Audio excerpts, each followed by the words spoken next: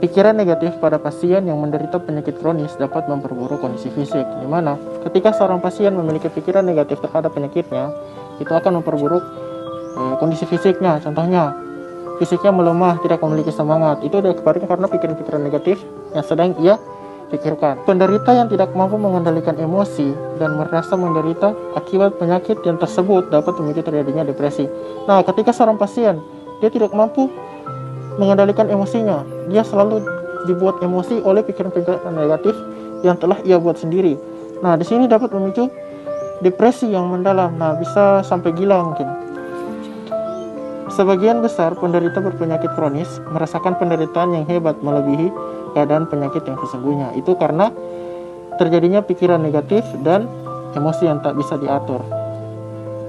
Sebagai contoh, penderita diabetes mellitus, penyakit ginjal, bila mereka mengalami depresi, maka dapat menimbulkan berbagai macam komplikasi. Nah, di mana seorang pasien yang mengalami atau menderita diabetes, agar kiranya tidak memiliki pikiran-pikiran negatif dan emosinya bisa dikontrol agar tidak depresi.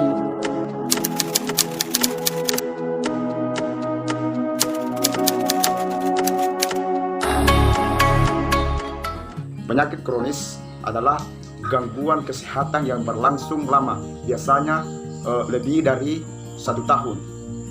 Kebanyakan penyakit kronis disebabkan oleh gaya hidup yang tidak sehat. Jenis penyakit ini sering tidak disadari sampai kondisinya sudah terlanjur parah dan tidak jarang berujung pada kematian. Jadi penyakit kronis cenderung terjadi pada orang dewasa yang lebih tua dan biasanya dapat dikendalikan tapi tidak sembuh. Namun, kini penyakit kronis juga banyak diderita pada parubaya bahkan anak muda. Jenis penyakit kronis yang paling umum adalah kanker, penyakit jantung, stroke, diabetes, dan radang sendi.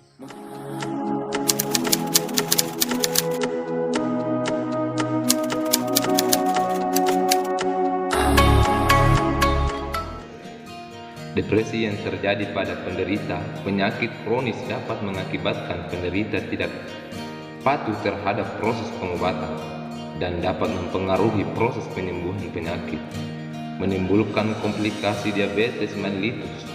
Penderita menarik diri dari interaksi sosial, perilaku antisosial, dan dapat melakukan bunuh diri.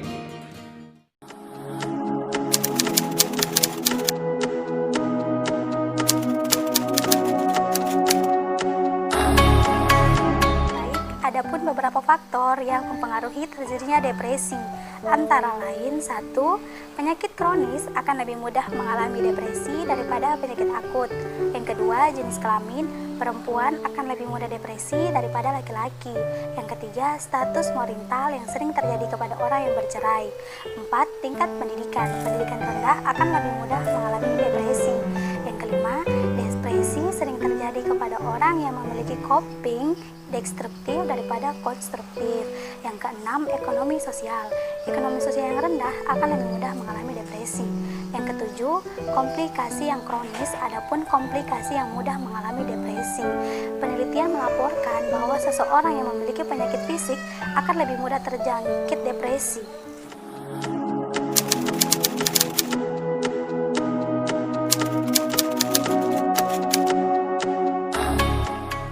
Hubungan antara penyakit kronis dengan depresi.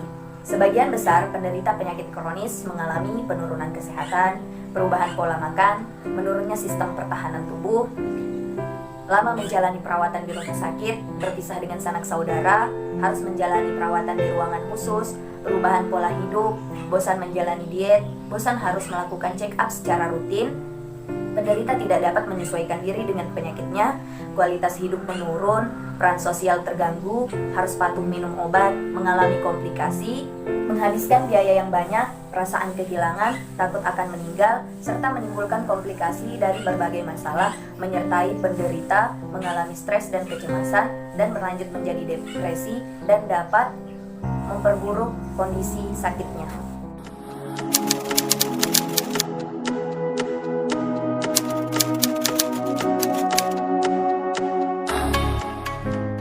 berbagai macam terapi depresi.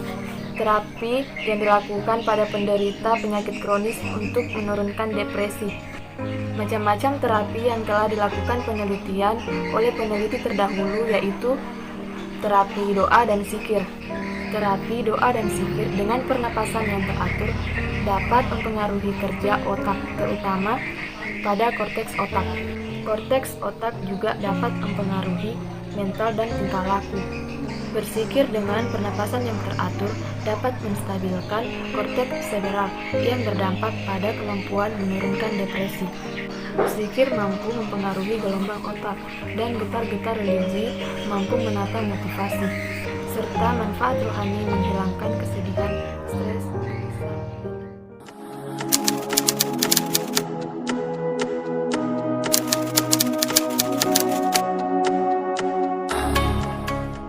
Proses penyembuhan melalui zikir dan doa.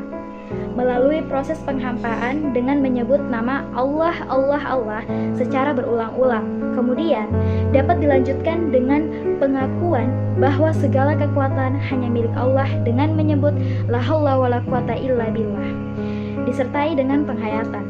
Zikir juga dapat menormalkan kerja saraf, simpatis dan menormalkan denyut jantung. Zikir dapat menenangkan hati, menurunkan stres dan depresi, dan menenangkan hati menjadi damai dan tentram.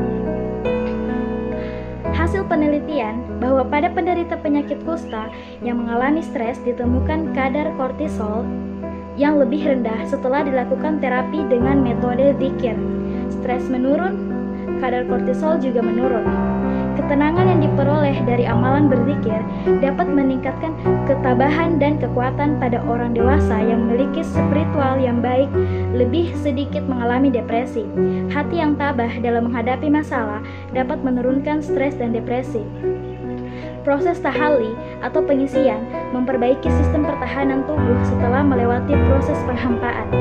Pada tahap ini dapat diisi dengan zikir yang lain seperti Asmaul Husna dan doa.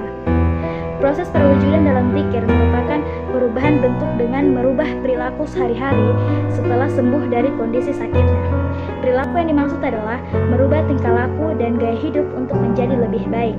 Beberapa terapi lain untuk depresi antara lain: 1. Cognitive Behavior Therapy. 2. Exercise. Ketiga, terapi konseling kelompok dan dukungan sosial. Keempat, terapi yoga pranaya. Kelima, terapi relaksasi.